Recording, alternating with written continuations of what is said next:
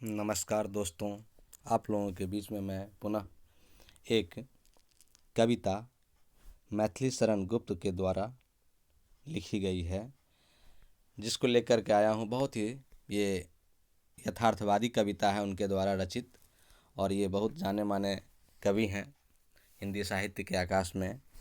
तो इनको हम सुनते हैं। किसान। हेमंत में बहुधा घनों से पूर्ण रहता व्योम है, हेमंत में बहुधा घनों से पूर्ण रहता व्योम है, पावस निशाओं में तथा हंसता शरद का सोम है। हेमंत में बहुधा घनों में पूर्ण रहता व्योम है, पावस निशाओं में तथा हंसता शरद का सोम है। हो जाए अच्छी भी फसल, हो जाए अच्छी भी फसल, पर लाभ कृषकों को है कहाँ। हो जाए अच्छी भी फसल, पर लाभ कृषकों को है कहाँ। खाते खवाई बीज ऋण से, है रंगे रखे जहाँ। आता महाजन के यहाँ, आता महाजन के यहाँ, वह अन्न सारा अंत में, अधपेट खाकर फिर उन्हें है कांपना हेमंत में। बड़ा ही सुंदर पंक्ति मैथिली शरण गुप्त जी ने लिखा है। आता महाजन के यहाँ, वह अन्न सारा अंत में, अधपेट खाकर फिर उन्हें है कांपना हेमंत में। बरसा रहा है रवि अनल, बरसा रहा है रवि अनल, भूतल तवा सा जल रहा है, चल रहा सन सन पवन, तन से पसीना बह रहा। गौर कीजिए दोस्तों, बहुत ही सुंदर पंक्ति की रचना उन्होंने किया है। बरसा रहा है रवि अनल, भूतल तवा सा जल रहा है, चल रहा सन सन पवन, तन से पसीना बह रहा। ये किसान की मार्मिक चित्रण है दोस्तों।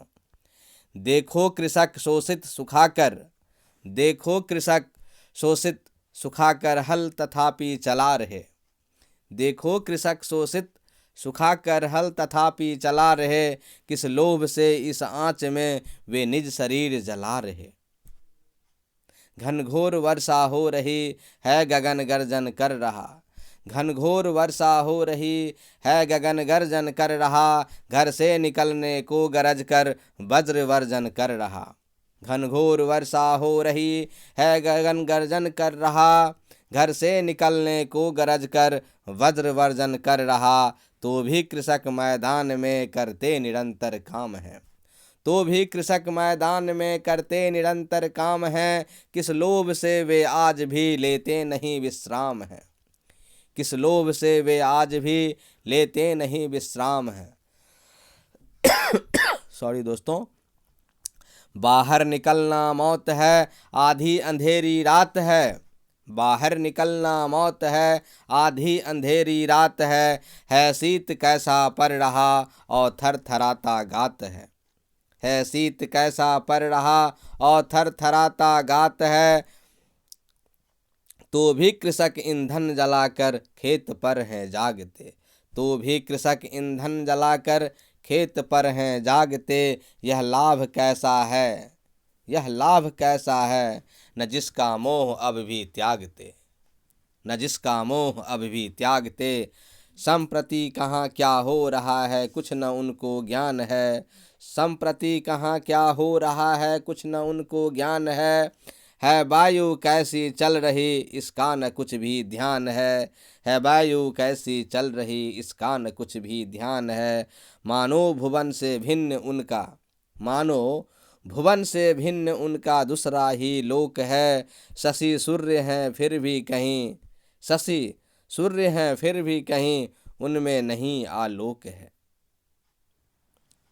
मैं मैथिली शरण जी को प्रणाम करता हूँ दोस्तों। इनकी बहुत ही ये यथार्थवादी कविता है, जो किसान के प्रति भरपूर संवेदना व्यक्त करती है, और यह किसान पर संपूर्णता के साथ, पूरे चित्रण के साथ, किसान के जो चित्रण किए हैं उसमें ये पूर्णतः सफल रहे हैं।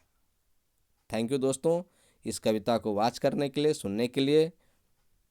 मेरी आवाज़ कैसी लगी, ये कविता किस तरह की है, ये ज़रूर आप कमेंट में लिखें दोस्तों।